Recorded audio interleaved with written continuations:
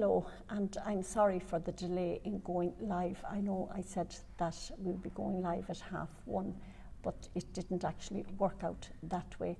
It's Friday afternoon, it's the 28th of June, and I'm here with Michelle, whose story is featured on the front page of today's Irish Times.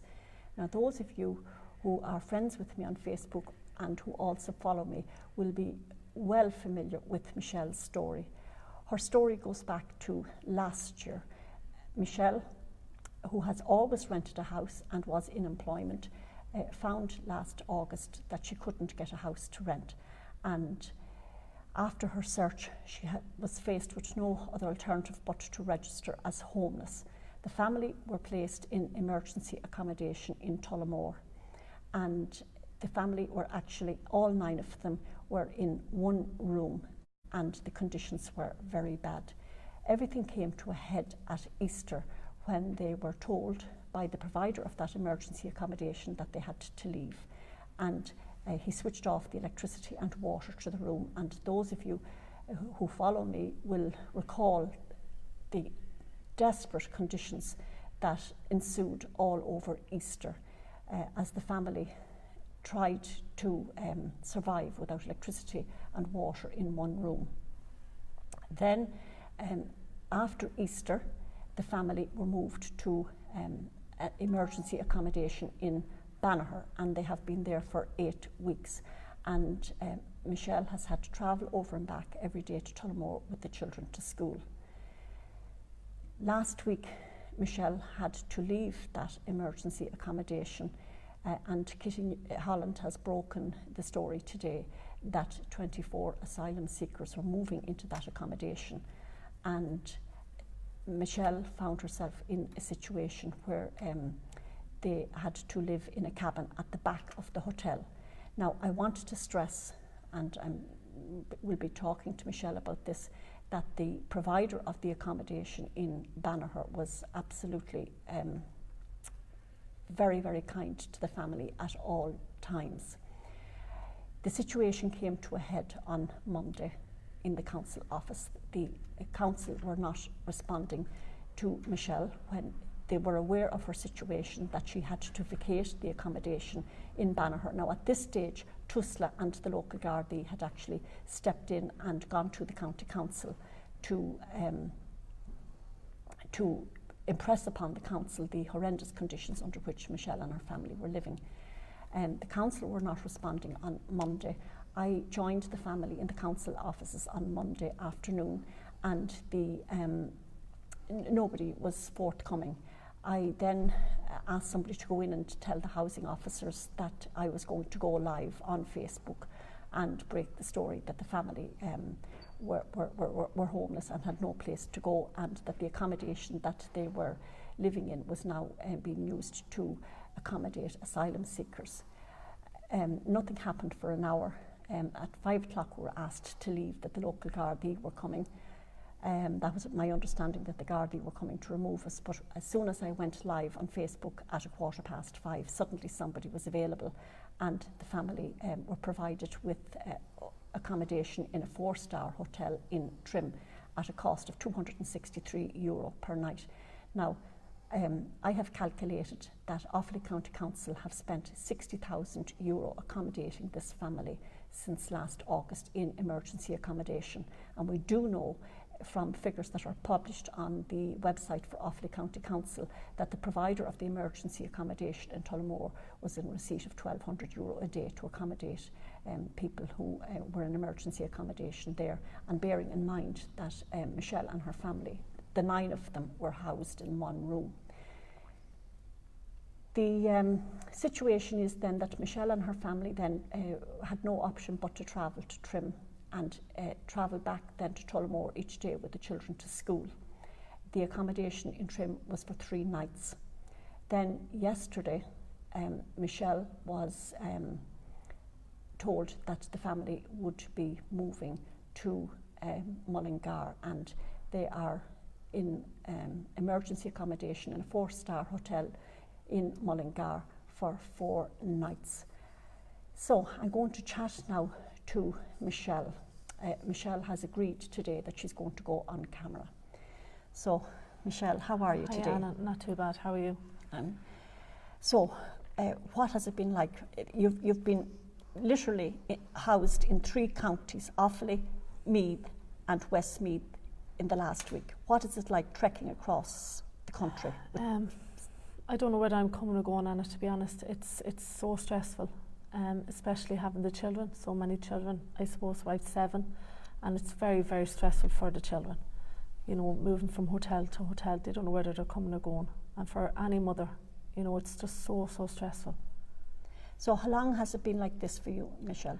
Well, I've been homeless for a year, Anna, and our first hotel we lived in there for 7 months, and then we were moved to a different hotel. We lived there for 8 weeks, and now the last week I've been in 3 places. What's it like living in a hotel room? It's an absolute nightmare, Anna, to be honest. Your children, your life is just held at a standstill. You know, you've no facilities, no washing, no cooking facilities. You know, it's an absolute nightmare. Your life just, you know, it's like your life is just held, you know, and it's like you're living in a nightmare, to be honest, Anna. It really is. Now, there are people, I've been sharing your story for the last couple of weeks, and there are people posting messages. The vast majority of people are very, very sympathetic to your plight, but people are posting messages, and they're also sending me messages privately that you are the author of your own misfortune, that you have 7 children and you're expecting the council to house you. No, I've always provided accommodation for my children. I've never asked the council for any help. Never have I been offered anything in Offaly. I've never asked the council, I've never relied on the council for anything. I've always sourced my own accommodation until I moved to the UK, Anna, for family reasons. We moved back and I had no choice to register as homeless because I just couldn't. The housing crisis had gone so bad in Ireland, I just couldn't get a house, I couldn't get private rented.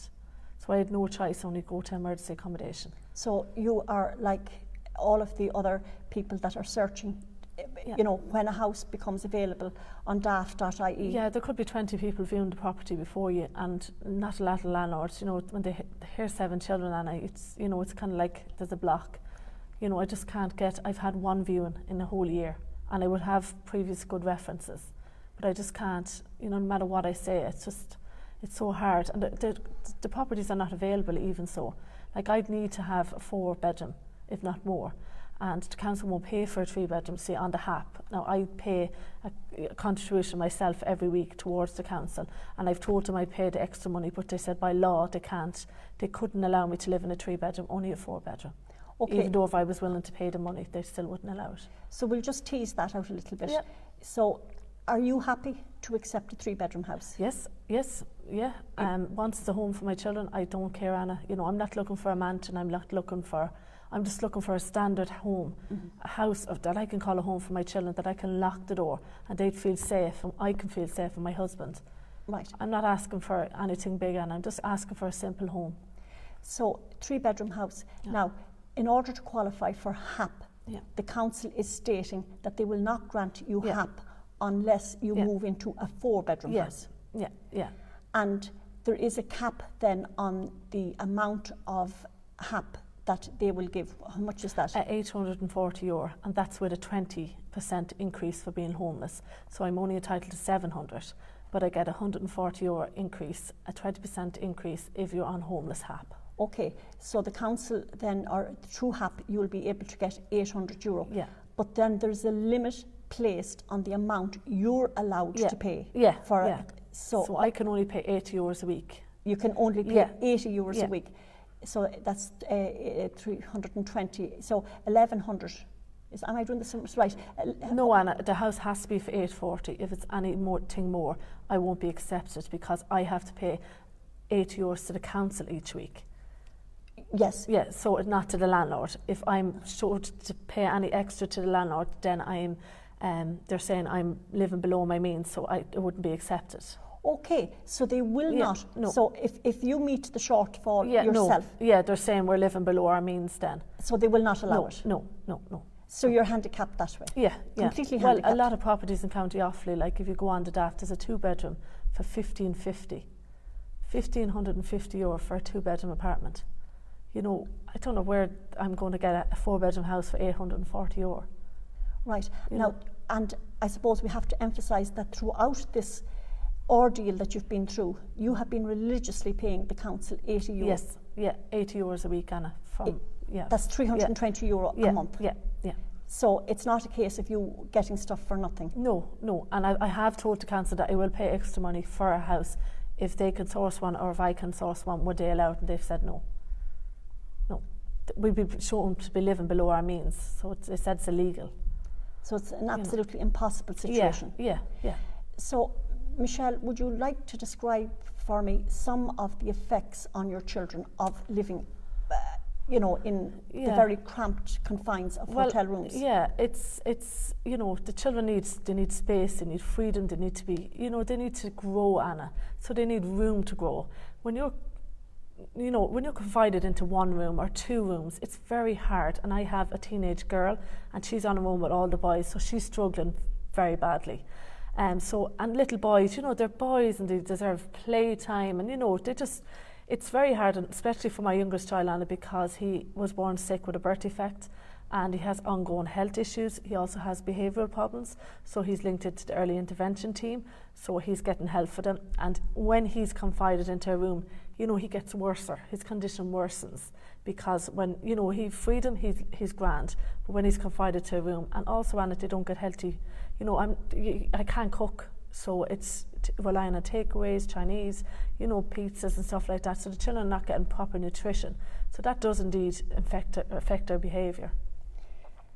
Yes, and also for your own mental health as well. It's what effect has it had on you? Well, Anna, I just feel like I'm living on a cloud. Every day is just fuzzy. I'm just going from day to day, just trying to manage life. It's a struggle. I just never thought that I'd be in this position, and it's just living day by day, trying to struggle from day to day, not knowing where you're going to be, not having, the security, for your life, for your children. It's so hard, and that's just all taken away, Anna, and just you've no control of it. You have just no control over it. What has been your experience of trekking in and out to Offaly County Council? Now, I have been with you a few times. Would you like to describe to the people watching what it's like dealing with officialdom? Anna, to be honest, they just, it's like dealing with robots. It's like they just shut off. You're one side of the screen, they're the next. And it's almost like that they're not human, they've no emotions, they just blank out. You're trying to explain your situation. They're just so hard, and just it's horrible, to be honest, and I hate even entering Offaly County Council's building.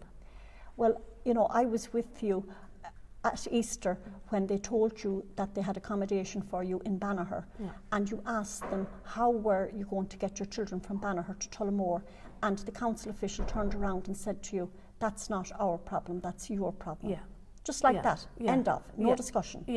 I have said to the council officials that we met with last Monday evening that if they gave you the key to one of the many boarded up houses that Offaly County Council have around Tullamore, you would be happy to pay €400 a month for that, and the council will be saved €262 per night. Well, it's not the council, it's the taxpayer will be saved €262 a night. And the response was that it had nothing to do with them. They deal with emergency accommodation only, and that was a matter for the housing department. So, Michelle, the story broke today in the Irish Times that the accommodation that you were in Banagher is now being used to accommodate asylum seekers. Now, you and I, of course, knew that all along, and we didn't speak about that. I've done 2 live interviews with you, and we didn't discuss that matter. So, what is your response to that? Well, I suppose I'm not blaming the asylum seekers, Anna. I'm blaming whoever is allowing this to happen. Like, my children were taken out of their safe beds to be placed in a porta cabin that was fire safe and healthy hazards, and I suppose I'm angry at that whole situation, and I'm angry for the last week, what we've been through. So it's not the asylum seekers' fault. I'm not racist, or I'm not discriminating in any way. I don't know who's calling the shots or what situation, but I can only speak for myself and what happened to our situation. But it's horrendous what's going on, and it really, really is. And we were told nothing of this. We were just literally told it, Yes. Now, I suppose in fairness to the hotel owner that was providing the emergency accommodation in Banagher, you built up a very close relationship with him. Yes, he was very helpful to you. Yeah. So I believe he has been storing your stuff. He has, yeah. No, I have to say I'd like to thank him, you know, for all the help he has given. And, you know, if it wasn't for him, we wouldn't have been taken in for the 8 weeks. And, you know, it wasn't supposed to be for 8 weeks. You know, the council had told him it was only for, you know, until they had suited us a proper home, but nothing had come out of it. So, you know, this is what has happened. Okay, so maybe if I just turn to the camera now. And I just, at this point, I suppose, like to say thank you to Deirdre and doing all the technical stuff for me. I hotel owner in Banagher who has provided the family with the emergency accommodation for the last 8 weeks, and I know that he has been extremely good to Michelle in the last 8 weeks. He has found this very, very trying, because he has had first-hand experience over and back every day to Tullamore from Banagher with the children to school, and he also saw first-hand her efforts with Offaly County Council to try and get alternative accommodation. He has built up a close relationship with the family in the last 8 weeks, and I spoke to him this morning, and he said that his accommodation was entirely unsuitable for the family. It's along a main road, and he said that he was living in fear that the children would go out through the gate or out onto the street and something would happen to them. His hotel was never intended to provide emergency accommodation for families. I suppose what I want to do now is to put this into the context, into the wider context. Last Easter, when Michelle was undergoing the horrendous conditions whereby the family of 9 were in one room with no electricity and no water, I contacted all of the mainstream media, and I contacted all of the media outlets in the Midlands, and not one media outlet actually picked up on the story. I alerted the 4 TDs for Laois Offaly and all of the county councillors of the conditions of the emergency accommodation in Tullamore last November. The only person to get back to me was actually the Minister for Justice, Charlie Flanagan. He followed up, he replied to my email immediately, and he followed it up with another email then about a month later, and he addressed the concerns that I had raised. Not to my satisfaction, but at least he did make an effort to reply. This is a human interest story, and the media are now hopping on it. Michelle had a situation this morning where she had a phone call shortly after 8 o'clock from RTE, and I did not give out her phone number, and neither did Kitty Holland. So obviously somebody at state level passed Michelle's number onto RTE, which is a breach of data protection. So mainstream media now want to, I suppose, frame their own narrative around this story to protect the government. And the situation is that the Irish government is in receipt of €52 million from an EU fund. It's called the Asylum Migration Integration Fund. And the Irish government is getting €52 million to house 4,000 asylum seekers. So this is a money spinner, and a special agency has been set up in the Department of Justice to house these asylum seekers around the country. And so you now have a situation where the local authorities are competing with this agency for accommodation, and this is why we have people like Michelle then being put out of their, or finding themselves that they have no place to go. Some of the other figures are that there are just under 10,300 people currently homeless in Ireland.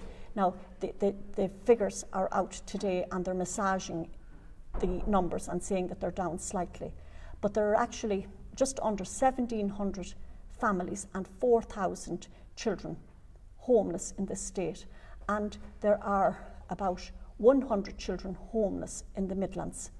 In the counties of Offaly, Laois, Westmeath and Longford, €2.5 million will be spent this year providing emergency accommodation. It is a massive, massive money spinner. As I said already, about €60,000 will be spent in the course of 11 months providing emergency accommodation for Michelle and her family. And this is taxpayers' money. The council is currently paying €262 a night for their accommodation. And this is crazy stuff. There's millions of euro of taxpayers' money being wasted. Now, Offaly County Council have passed the family over to the Peter McVerry Trust. There are 70 registered charities in Ireland dealing with homeless people. Yes, you've heard me correctly, 70 charities. And the Peter McVerry Trust this year will have a budget of approximately €25 million, of which €15 million is coming from the state. It has a staff of close on 300 people, and these are ranging from a chief executive officer and a whole range of officials. And this is, with all of these agencies, it's duplicated. So you have CEOs and all kinds of officials dealing with the issue. So it's the homeless industry. The homelessness has become a huge, massive industry. Now I want to emphasise that Father Peter McVerry himself has been working with the homeless since the early 1980s, and he has never received a penny for that work. But the trust that's now named after him is actually becoming a major landlord. They have over 270 properties registered in their name. Also, an Oireachtas committee heard this week that HAP, the Housing Assistance Payment, and RAS, which is another payment given to people that are renting long term, is going to cost close on €500 million this year. And with this rate of increase, they reckon that by 2021-2022, it's going to cost €1 billion a year to provide a housing assistance payment to people that are renting. And it's actually creating a huge problem because the council's response is to provide assistance for people who are renting. And so you have so many people, as Michelle mentioned there, 20 people going after a single property. And of course that drives up the price. So you have a crazy situation like a 2-bedroom apartment in Tullamore costing €1,500 a month. And this is all been driven by the government's housing policy. It is the government's policy, they have a policy now in place to deal with the housing crisis. The name of it escapes me at the minute, but I think it's Providing Ireland's Housing 2021 or something like that. It just escapes me this minute. But what's actually happening is this, that when first-time buyers go into an estate to buy a house, they're now actually competing with the local authorities who are buying up private houses in huge numbers, and that in turn is driving up the price of houses. The only way that this situation is going to be addressed is if the government starts a programme immediately of building social houses, and it can be done. Between 1932 and 1937, Eamon de Valera, when he came to power, in the midst of a massive housing crisis, built 50,000 council houses around the country. So if they could do that back in the early 1930s at the height of the economic war and during a Great Depression following the Wall Street crash, surely to goodness that they're able to do it today. The problem is that the government has created a situation whereby the current housing crisis is actually benefiting quite a number of people. The shortage of houses is driving up the price of property. It has lifted people up out of negative equity, and it has made people like myself who own a property feel much richer. But the flip side of that is that our young people are they will never own their own house. It's fast approaching the day where they can't even afford rent. And people like Michelle then are living on the edge. People are turning a blind eye to what is actually happening in this country. I suppose I'm appalled by the fact that Fianna Fáil and Fine Gael were returned. They did extremely well in the recent elections. Fine Gael and Fianna Fáil garnered more than half of the vote at the council elections, and the Fine Gael vote actually increased, and they now have 5 MEPs as opposed to 4. So Irish people, by and large, feel that the government is representing them and they're happy with it, but they don't actually realise that it's short term, that this housing crisis is actually getting worse and worse and worse, and unless it is addressed, then there are people who are going to use this crisis as an excuse to push their own agendas, which at times, I wouldn't agree with. So I suppose now I will give the final word to Michelle, I suppose, and ask her if she would like to add anything further to what we have just said. So, Michelle, you're here until when? Until Monday, Anna. Until Monday. And what do you think is going to happen to you after that? Well, hopefully, Anna, they'll have something found for Monday. Hopefully, fingers crossed. I was to go to Limerick. To Limerick? Yeah, to Limerick for 10 days. To Limerick? To Limerick, to Castle Troy. Monday. Actually, this is something that you're telling me yeah, now. Yeah, I forgot to mention it. You forgot to mention? Yeah. So there's talk of moving you to Limerick? Yeah, but hopefully another girl from the Peter McFerry Trust rang me today stating that there could be a property on Monday in Offaly, but she didn't say where. There could be a house in Offaly. So if they don't come up with something in Offaly, then it's off to Limerick? To Limerick, yeah. Oh my God. Yeah. This is absolutely crazy stuff. So there you have it. I would like very much for you to subscribe to my YouTube channel. If I have 1,000 subscribers, then I will be able to go out live on YouTube, which is a much better platform. And I think it's important that you share what's actually happening in this country.